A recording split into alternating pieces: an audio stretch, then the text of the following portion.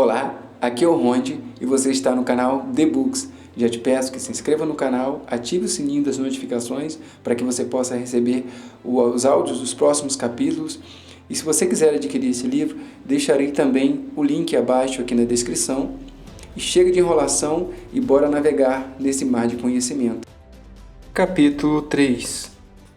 Fé. A visualização e a crença na realização do desejo ardente. O segundo passo para a riqueza. A fé é o químico-chefe da mente. Quando a fé é combinada com um pensamento, a mente subconsciente imediatamente capta a vibração, transforma-a em equivalente espiritual e transmite-a à inteligência infinita, como acontece no caso da oração. Fé, amor e sexo são as mais poderosas de todas as emoções positivas. Quando combinadas, produzem o efeito de colorir o pensamento de tal maneira que ele instantaneamente atinge a mente subconsciente, onde é transmutado em seu equivalente espiritual, a única forma que induz uma resposta da inteligência infinita. Como desenvolver a fé? Vamos fazer agora uma afirmação que lhe dará melhor compreensão da importância que um princípio da autossugestão assume na transmutação do desejo ardente em seu equivalente físico ou monetário. Isto é, a fé é um estado mental que pode ser induzido ou criado por afirmações ou instruções repetidas, transmitida à mente subconsciente através do princípio da autossugestão. Como exemplo, pense no objetivo para o qual está presumivelmente lendo este livro. O objetivo é claro: adquirir a capacidade de transmutar o impulso intangível do pensamento em uma contrapartida física, dinheiro. Seguindo as instruções dadas nos capítulos sobre autossugestão e mente subconsciente, da forma resumida no capítulo sobre autossugestão, você poderá convencer a mente subconsciente de que acredita que receberá aquilo que pede.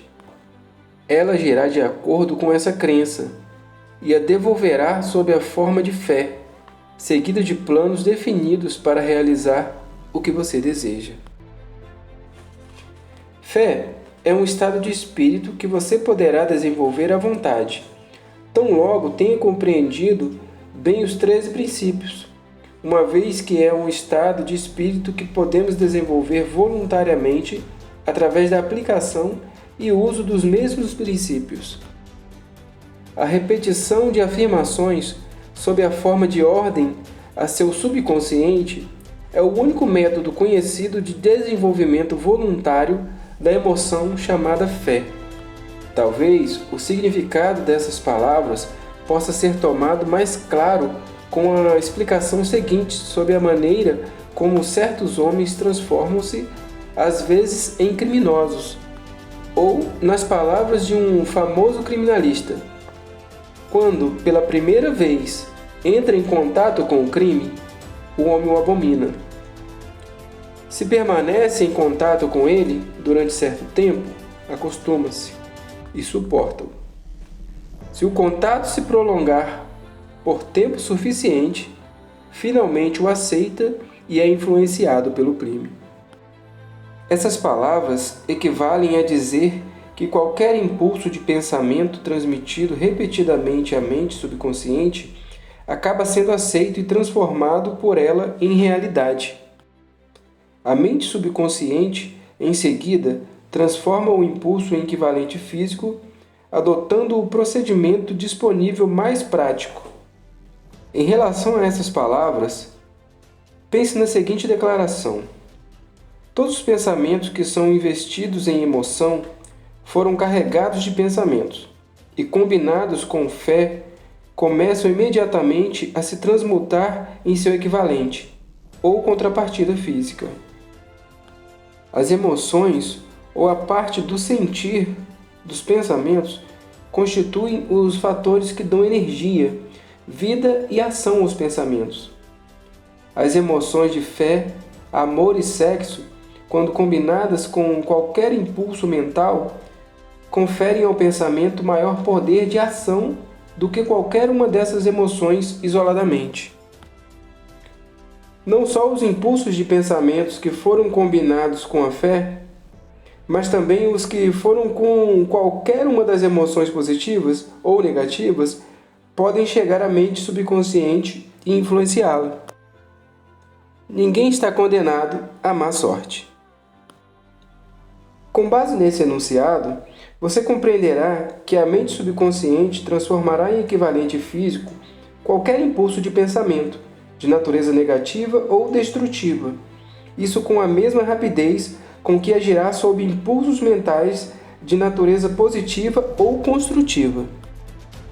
Esse fato explica o estranho fenômeno experimentado por tantos milhões de pessoas, conhecido como azar ou má sorte. Há milhões de indivíduos que se julgam condenados à pobreza e ao fracasso devido à suposta ação de alguma força estranha que acreditam não poder controlar. Eles são os criadores de seus próprios infortúnios, causados, sim, por uma crença negativa e captada pela mente subconsciente é transformada em seu equivalente físico. Esta é a oportunidade apropriada para sugerir mais uma vez que você pode colher benefícios transmitidos ao subconsciente. Qualquer desejo ardente que queira transformar em equivalente físico ou monetário, assumindo um estado de expectativa ou de crença em que a transmutação realmente acontecerá. A crença ou fé é o elemento que determinará a ação da mente subconsciente. Nada o impede de enganar a mente subconsciente quando lhe dá instruções através de autossugestão, da mesma maneira que enganei a mente subconsciente de meu filho. A fim de tornar essa trapaça mais realista, quando se comunicar com a mente subconsciente, comporte-se como se já estivesse de posse das coisas materiais que quer. A mente subconsciente transmutará no equivalente físico pelos meios mais diretos e práticos disponíveis qualquer ordem que lhe for dada no estado de crença ou fé em que ela será obedecida. Essas instruções são suficientes para que estabeleça um ponto de partida do qual poderá, através da experimentação e prática, adquirir a capacidade de combinar fé com qualquer ordem dada ao subconsciente. A perfeição virá com a prática. Ela não poderá ser adquirida apenas com a leitura de instruções. É fundamental que estimule as emoções positivas, transforme-as nas forças dominantes de sua mente e desestimule e elimine todas as emoções negativas. A mente dominada por emoções positivas torna-se a habitação favorável ao estado de espírito conhecido como fé. A mente, assim, condicionada, poderá, à sua vontade, dar ao subconsciente instruções que ele aceitará e sobre as quais agirá imediatamente. A fé é um estado de espírito que pode ser induzido por autossugestão. Ao longo das eras, pregadores têm exortado a humanidade sofredora a ter fé, nisto ou naquilo, neste ou naquele dogma ou credo, mas jamais conseguiram ensinar às pessoas como desenvolvê-la. Jamais disseram que a fé é um estado de espírito que pode ser induzido por autossugestão. Em linguagem que qualquer ser humano normal pode entender, descrevemos o que acontece sobre o princípio através do qual podemos desenvolver a fé nos casos em que ela ainda não existe. Tenha fé em si mesmo, fé no infinito. Mas antes de começarmos, temos que lembrar o seguinte: a fé é o elixir eterno que dá vida, poder e ação ao impulso de pensamento. Vale a pena ler pela segunda, terceira e quarta vez a frase precedente e também lê-la em voz alta. A fé é o ponto de partida de toda acumulação de riqueza. A fé é a base de todos os milagres e de todos os mistérios que as regras da ciência não conseguem analisar. A fé é o único antídoto conhecido do fracasso. A fé é o elemento, o produto químico que, quando associado à oração, nos põe em comunicação direta com a inteligência infinita. A fé é o elemento que transforma a vibração comum do pensamento criada pela mente física do homem em seu equivalente espiritual. A fé é o único meio através do qual podemos captar a força cósmica da inteligência infinita. A magia da autossugestão. A prova do que dissemos acima é simples e podemos demonstrá-la facilmente. Está contida no princípio da autossugestão. Vamos concentrar a atenção, portanto, no assunto autossugestão e descobrir o que ela é e o que pode fazer. É fato bem conhecido que finalmente acreditaremos em qualquer coisa que repetimos para nós mesmos, seja ela verdadeira ou falsa. Se repetirmos uma mentira um sem número de vezes, acabaremos por aceitá-lo como verdade. E mais, acreditaremos que é a verdade. O homem é o que é por causa dos pensamentos dominantes que permitem ocupar sua mente. Os pensamentos que o homem põe deliberadamente na mente estimula com simpatia e combina com uma ou mais de uma emoção, constituindo as forças motivadoras que lhe dirigem e controlam todos os pensamentos, gestos e ações. Agora vamos fazer uma declaração irrefutável e de suma importância. Pensamentos combinados com qualquer uma das emoções geram uma força magnética que atrai pensamentos semelhantes ou correlatos. O pensamento magnetizado com a emoção pode ser comparado com uma semente que, quando plantada em solo fértil, germina, cresce e multiplica-se sem cessar. Até aquilo que foi inicialmente uma pequenina semente transforma-se em incontáveis milhões de sementes da mesma espécie. A mente humana atrai sem cessar vibrações que se harmonizam com aquilo que a domina. Todos os pensamentos, ideias, planos ou objetivos que mantemos na mente atraem uma legião de parentes, convocam-nos para suas próprias forças e eles crescem até que se transformam em nosso senhor dominante. Voltemos agora ao ponto de partida, a fim de aprender como podemos plantar na mente a semente inicial de uma ideia, plano ou objetivo. Esta informação pode ser facilmente transmitida. Quaisquer ideias, planos ou objetivos podem ser postos na mente através de repetição de pensamentos. Este é o motivo por que lhe pedimos que redija uma declaração sobre seu grande objetivo ou principal aspiração bem definida, grave-a na memória e repita em palavras audíveis um dia após outro, até que essas vibrações de som tenham alcançado sua mente subconsciente. Resolva eliminar as influências de ambientes infelizes e construir uma vida sob medida. Ao fazer um inventário de seus ativos e deficiências mentais, você talvez descubra que sua maior fraqueza é a falta de autoconfiança. Essa deficiência pode ser superada e a timidez transformada em coragem com a ajuda do princípio da autossugestão. A aplicação desse princípio pode ser feita através do método simples de pôr no papel os impulsos de pensamentos positivos, gravá-los na memória e repeti-los até que se tornem parte do equipamento de trabalho da faculdade subconsciente de nossa mente. A fórmula da autoconfiança. Em primeiro lugar, sei que tenho capacidade de atingir o objetivo da clara finalidade de minha vida.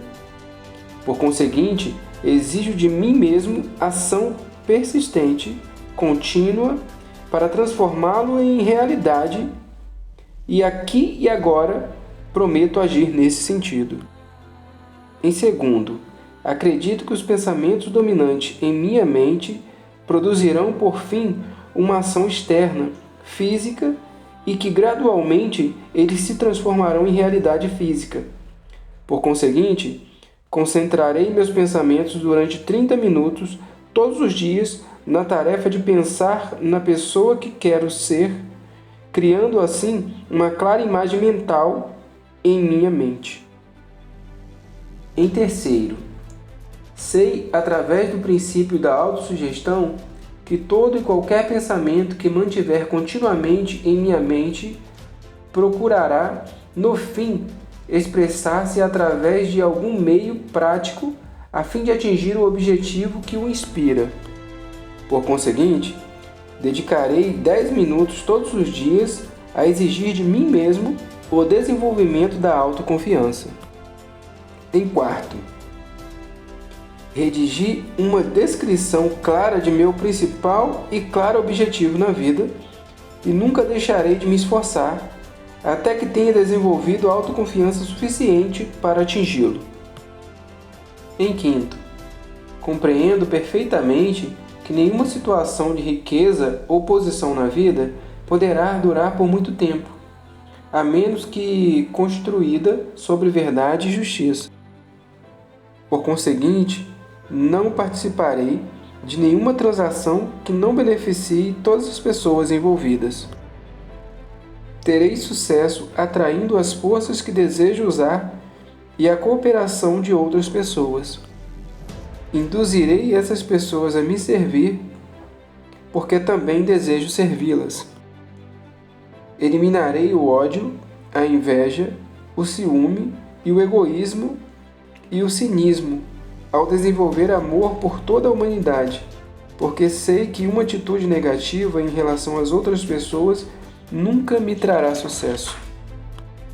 Farei com que os demais acreditem em mim, assinarei meu nome nesse formulário, gravá-lo-ei na memória e o repetirei em voz alta uma vez por dia, com plena confiança de que ele gradualmente me influenciará pensamentos e ações, de modo a me tornar uma pessoa autoconfiante e bem-sucedida na vida. Por trás dessa fórmula, há uma lei da natureza que até hoje ninguém conseguiu explicar. O nome que se dê a essa lei pouca importância tem. O importante é o seguinte: ela funciona para a glória e sucesso da humanidade, se for usada construtivamente. Por outro lado, se usada destrutivamente, destruirá com igual finalidade. Nessas palavras, pode ser encontrada uma verdade muito significativa, isto é, a de que os que são derrotados e terminam a vida na pobreza, no sofrimento e na desolação, devem tudo isso à aplicação negativa do princípio da autossugestão. A causa pode ser encontrada no fato de que todos os impulsos de pensamento têm a tendência de assumir seu equivalente físico. A calamidade do pensamento negativo. A mente consciente nenhuma distinção faz entre impulsos mentais construtivos e destrutivos. Ela funciona com o material que lhe fornecemos através desses impulsos.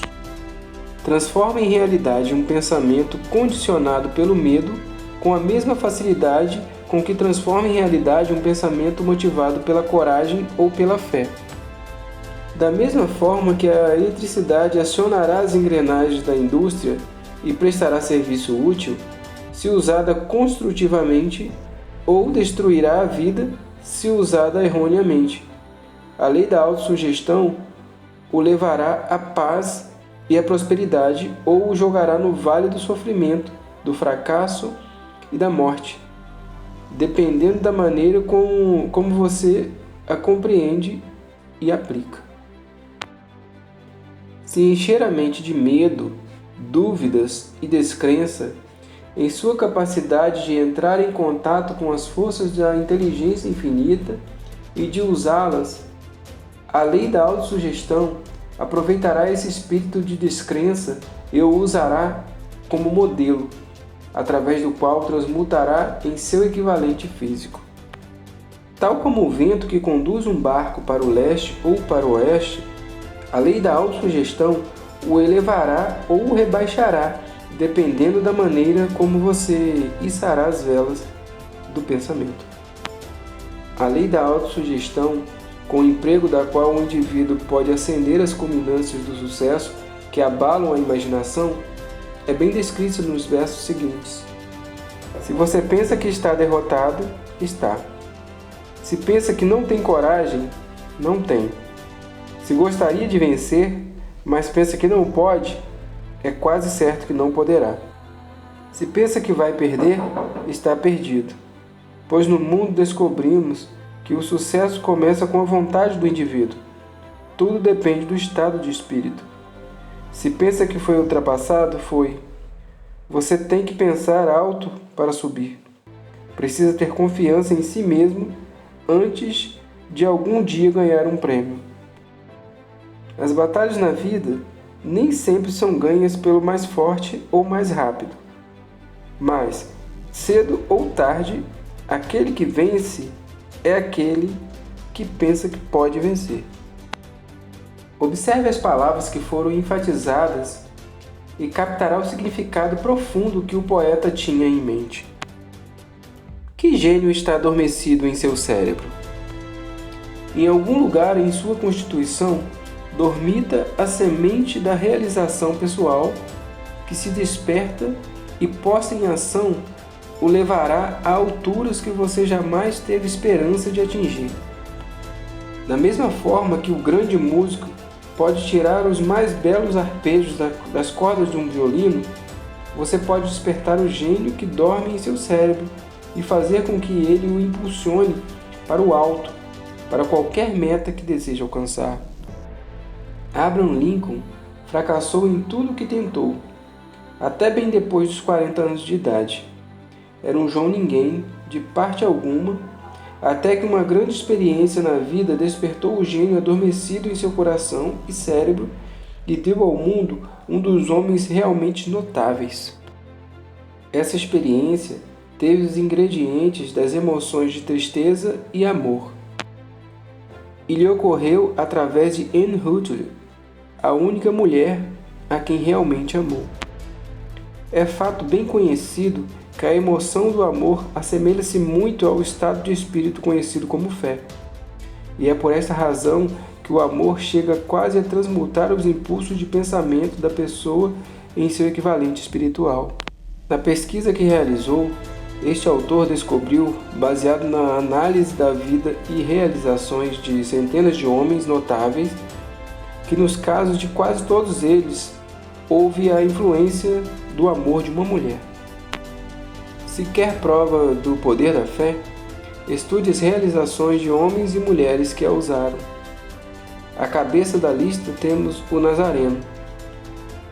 O fundamento do cristianismo é a fé, por mais que tantas pessoas possam ter pervertido ou interpretado erroneamente o significado dessa grande força.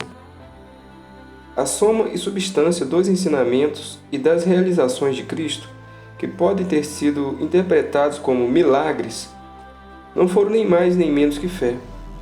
Se há de fato esses fenômenos denominados de milagres, eles só acontecem no estado de espírito conhecido como fé.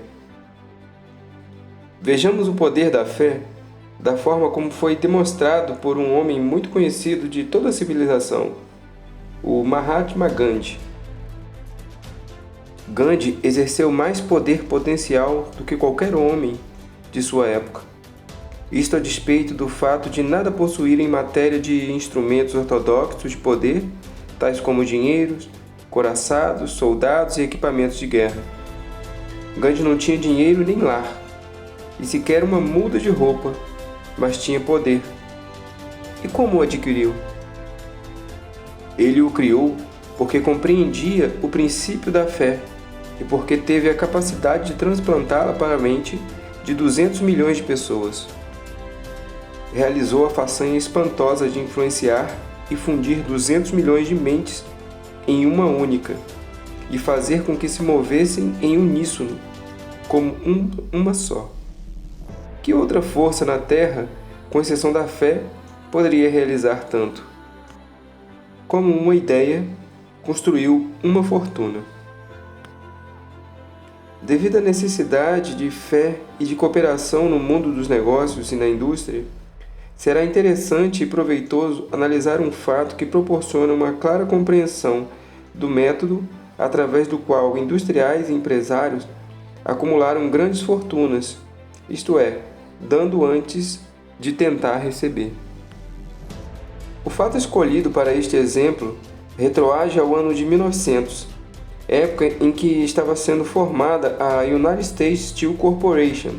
Ao ler a história, mantenha em mente esses fatos fundamentais e compreenderá como ideias foram convertidas em imensas fortunas.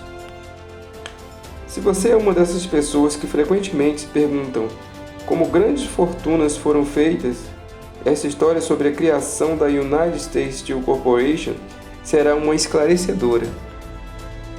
Se tem alguma dúvida de que o homem pode pensar em enriquecer, essa história deve dissipá-la, porque poderá ver claramente na formação da United States Steel Corporation a aplicação de grande parte dos princípios descritos nesse livro. Essa descrição notável do poder de uma ideia foi feita em termos vividos por John Lowell no New York World Telegram, que nos fez a cortesia de permitir que a reproduzíssemos aqui. Um belo discurso à sobremesa por $1 bilhão. Quando, na noite de 12 de dezembro de 1900, cerca de 80 membros da nobreza financeira da nação se reuniram no salão de banquetes do University Club, na Quinta Avenida, a fim de homenagear um jovem originário do Oeste. Nem mesmo uma meia dúzia de convidados sabia que ia presenciar o episódio mais notável da história industrial americana. J. Edward Simons e Charles Stuart Smith, com o coração repleto de gratidão pela generosa hospitalidade com que Charles M. Schwab os recebera durante uma visita recente a Pittsburgh, organizaram um jantar para apresentar o industrial do aço, de 38 anos de idade, à Sociedade Bancária da Costa do Leste. Mas não esperavam que ele empolgasse a plateia na reunião. Advertiram-no, na verdade, de que os medalhões de Nova York pouco seriam sensíveis à oratória e que, se não quisessem entediar os Stillmans, os Hellmans e os Vanderbilts, seria melhor limitar-se a 15 ou 20 minutos de palavras vagas e polidas e ficar nisso. Até mesmo John Pierpont Morgan, com lugar marcado à direita de Schwab, como era condizente com sua dignidade imperial, tencionava honrar por alguns instantes a mesa do banquete, numa breve passagem por ali. E no que interessava à imprensa e ao público, o assunto todo era de importância tão banal que nenhuma referência a ele apareceu na imprensa no dia seguinte. E assim, os dois anfitriões e os seus ilustres convidados saborearam os 7 ou 8 pratos habituais do serviço. Pouco se conversou e o que houve de conversa teve caráter discreto. Só alguns dos banqueiros e corretores ali presentes conheciam Schwab, cuja carreira florescera às margens do Monongahela, e nenhum tinha intimidade com ele. Antes de terminar a noite, porém, eles, e com eles o senhor Dinheiro Morgan, aplaudiriam entusiasmados e de pé, e um bebê de $1 bilhão, a United States Steel Corporation, seria concebido. Foi talvez uma infelicidade no que interessa à história, que nenhum registro do discurso de Charles Schwab no jantar tenha sido gravada. Com toda probabilidade, no entanto, foi um discurso despretensioso, com um ou outro erro gramatical. Isto porque as sutilezas da linguagem nunca o incomodaram Schwab, cheio de epigramas e costurado com ditos de espírito. Mas à parte esse fato, gerou uma força galvânica e efeito poderoso sobre os estimados 5 bilhões de dólares em capital ali representados pelos convivas. Terminado o jantar e quando o grupo ainda se encontrava sobre o feitiço do orador, embora Schwab tivesse falado durante 1h30, Morgan levou-o para um peitoril recuado de janela, onde com as pernas balançando num assento alto e incômodo, conversaram ali ainda por mais 1 hora. A magia da personalidade de Schwab fora ligada à plena força. Porém, o mais importante e duradouro talvez tenha sido o programa completo, detalhado, que ele apresentara para o engrandecimento da Steel. Inúmeros outros empresários haviam tentado interessar Morgan na formação de um truste de aço, segundo o modelo dos trustes de biscoito, arame, açúcar, borracha, uísque, petróleo e goma de mascar. John W. Gates, o especulador, insistiria nisso, mas Morgan desconfiava dele. Os Monroe de Chicago, Bill e Jim, corretores da bolsa, que haviam formado um truste de fósforo e de fabricante de biscoito, haviam insistido também, mas em vão. Albert A. Gary, o advogado matuto santarrão, queria estimulá-lo, mas não era suficientemente poderoso para impressionar.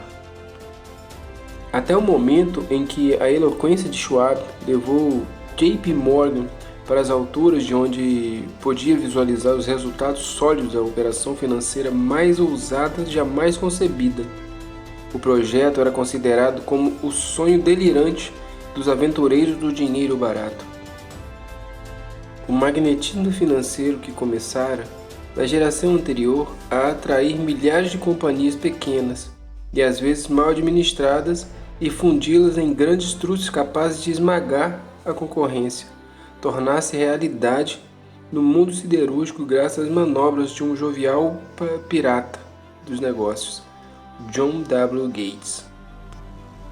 Ele, aliás, já formara a American Steel and Wire Company, com a fusão de uma rede de pequenas empresas e, em sociedade com Morgan, criara a Federal Steel Company.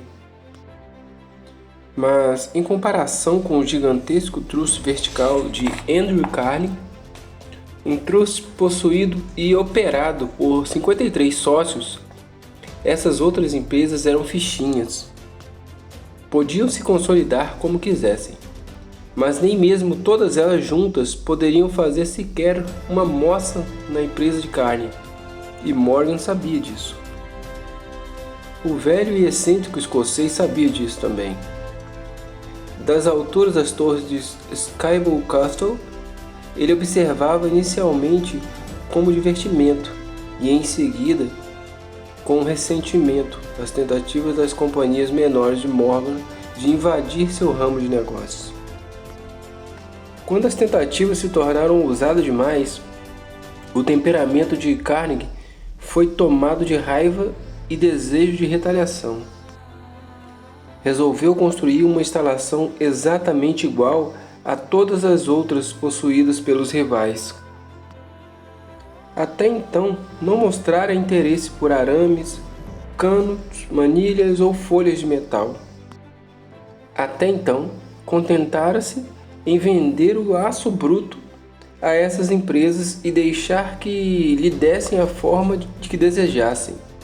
No momento, tendo Schwab como principal e hábil imediato, pensava em empurrar os inimigos contra a parede. E foi no discurso de Charles M. Schwab que Morgan viu a solução para o seu problema de formação do truste. Um truste sem Carnegie, o gigante entre eles, não seria absolutamente um truste, mas quando muito um pudim de ameixas, como disse um autor, sem as ameixas. O discurso de Schwab, na noite de 12 de dezembro de 1900, indubitavelmente continha a sugestão, embora não a promessa, de que a imensa empresa de Carnegie poderia ser posta sob a asa de Morgan. Falou no futuro mundial para o aço, na reorganização com vistas à eficiência, na concentração de esforços em empresas florescentes, nas economias no transporte do minério, nas despesas gerais, nos departamentos administrativos, na conquista de mercados estrangeiros. Mais do que isso, disse aos bucaneiros ali reunidos, onde eles cometiam erros em suas habituais operações de pirataria. Eles haviam estabelecido o objetivo, insinuou de criar monopólios, elevar preços e colher amplos dividendos com tal posição privilegiada. Da maneira a mais candente possível, Schwab condenou o sistema. A miopia de uma política como essa, disse aos ouvintes, residia no fato de restringir o mercado em uma época em que tudo clamava por expansão. Barateando o preço do aço, argumentou, seria criado um mercado cada vez maior. Novos usos para o aço seriam descobertos e poderiam capturar uma boa parte do comércio mundial. Na verdade, embora não soubesse disso, Schwab já era um apóstolo da moderna produção em massa. E assim terminou o jantar na University Club. Morgan voltou para casa a fim de pensar nas rósteas predições de Schwab. Este voltou para Pittsburgh a fim de dirigir os negócios siderúrgicos de W. Andrew Carnegie, enquanto Gary e os demais voltaram aos seus teletipos de cotações de ações, a fim de matar o tempo enquanto esperavam pelas manobras seguintes, que não demoraram muito. Morgan precisou de cerca de uma semana para digerir o banquete de argumentos bem raciocinados que Schwab lhe pusera na mesa. Quando se convenceu de que não haveria nenhuma indigestão financeira, chamou Schwab e descobriu um jovem muito hesitante. O Sr. Carnegie, disse Schwab, talvez não gostasse se descobrisse que o presidente de sua companhia, em quem depositava toda a confiança, estivera flertando com o imperador da Wall Street, a rua na qual ele resolvera nunca pôr os pés. Nessa ocasião, John W. Gates, o corretor, sugeriu que Schwab aparecesse por acaso no Belvedere Hotel em Filadélfia, onde por acaso Morgan poderia também aparecer.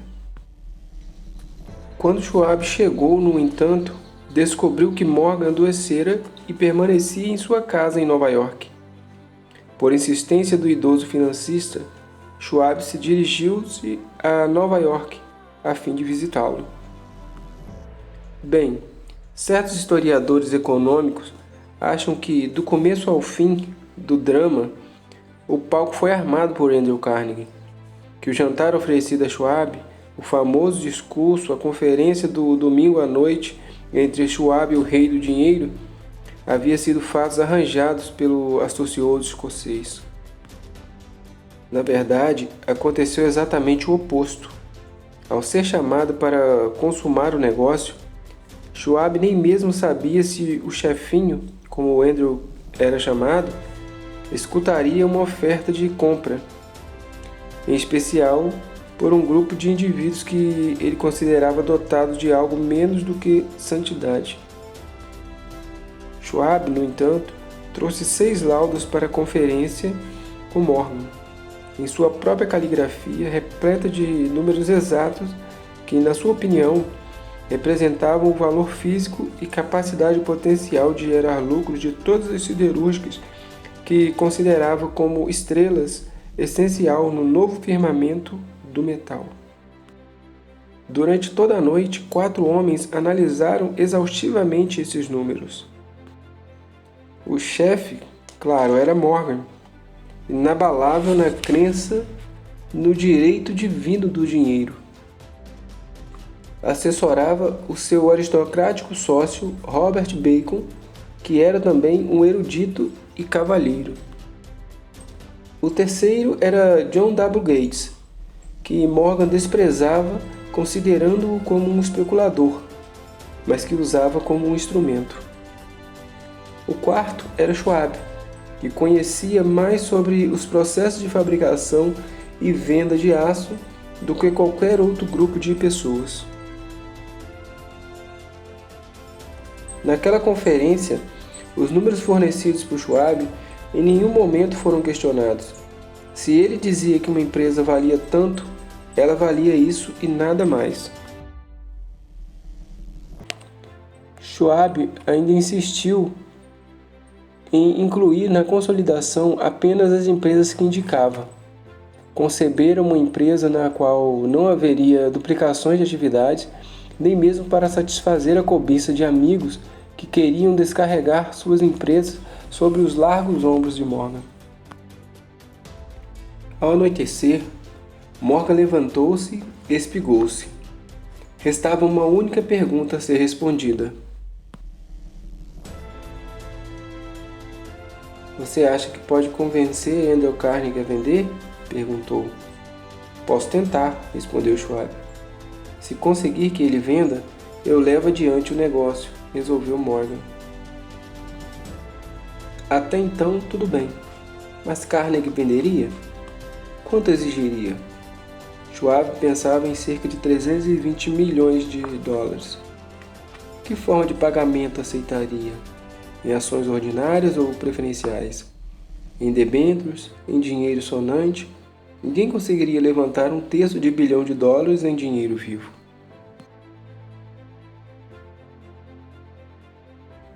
Em janeiro, nas urzes endurecidas pela geada dos campos de St. Andrews, em Westchester, 2 homens participaram de um jogo de golfe.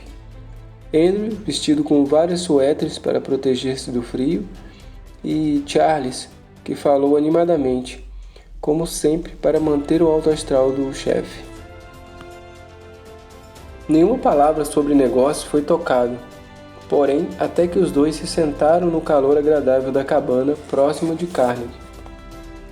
Nesse momento, com a mesma capacidade de persuasão que hipnotizara 80 milionários no University Club, Schwab descreveu as risonhas possibilidades de uma aposentadoria com todo o conforto de milhões incontáveis para satisfazer os caprichos sociais do velho magnata.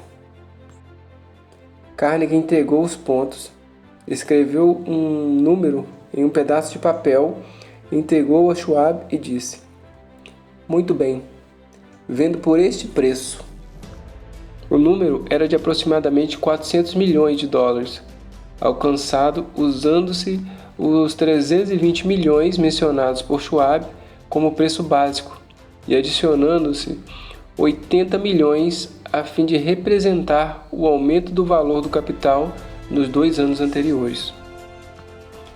Mais tarde, no convés transatlântico, o escocês disse tristemente a Morgan: "Eu gostaria de ter lhe pedido 100 milhões a mais.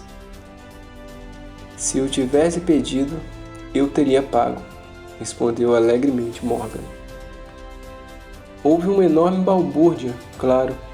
O correspondente de um jornal britânico enviou um despacho dizendo que o mundo siderúrgico estrangeiro estava atordoado com a gigantesca consolidação. O presidente Hartley de Yale declarou que, a menos que os trustes fossem regulamentados, o país poderia esperar um imperador em Washington nos próximos 25 anos. Aquele hábil manipulador do mercado de capitais, Ken Yi, no entanto, continuou seu trabalho de empurrar com tal vigor as novas ações nos braços do público que todo o excesso de água, estimado por alguns quase 600 milhões de dólares, foi absolvido em um abrir e fechar de olhos. Dessa maneira, Carnegie ganhou seus milhões, o grupo de Morgan ganhou 62 milhões por todo aquele trabalho e todos os rapazes, de Gates a Gary, pegaram seus milhões. Schwab 38 anos de idade, teve também uma recompensa. Nomeado presidente da nova empresa, dirigiu-a até 1930. Riquezas começam com um pensamento. A história notável que você acaba de ler, envolvendo grandes negócios, constitui um exemplo perfeito de método através do qual desejo ardente pode ser transmutado em seu equivalente físico. A empresa gigantesca mencionada acima foi criada na mente de um único homem. O plano através do qual ela adquiriu as siderúrgicas, que lhe deram estabilidade financeira, foi concebida pelo mesmo homem. A fé, o desejo ardente, a imaginação e a persistência desse homem foram ingredientes que resultaram na formação da United States Steel. As aciarias e equipamentos mecânicos adquiridos pela empresa, depois de ter sido legalmente constituída, foram incidentais, embora uma análise cuidadosa revele o fato de que o valor calculado das propriedades adquiridas aumentou em uns estimados 600 milhões de dólares, graças a uma transação simples que as consolidou sob uma única administração. Em outras palavras, a ideia de Charles M. Schwab, acrescida da fé que ele transmitiu à mente de J. P. Morgan e os demais, foi vendida com um lucro de aproximadamente 600 milhões de dólares. Importância essa nada desprezível para um único negócio. A United States Steel Corporation prosperou e tornou-se uma das empresas mais ricas e poderosas da América, empregando milhares de pessoas, descobrindo novos usos para o aço, abrindo novos mercados e provando que foi bem merecido o lucro de 600 milhões gerado pela ideia de Schwab. As riquezas começam sob a forma de pensamento. Seu montante é limitado apenas pela pessoa em cuja mente o pensamento é posto em movimento. A fé remove montanhas. Lembre-se disso quando tiver que barganhar com a vida pelo que quer pedir como seu preço por ter vivido neste mundo. Bom, chegamos ao final do terceiro capítulo. Espero que vocês tenham gostado, tenham aprendido muito com essas negociações que foram feitas e que possam nos estimular, né, a conquistar nossos objetivos. Então, um abraço do Ronde, fique com Deus.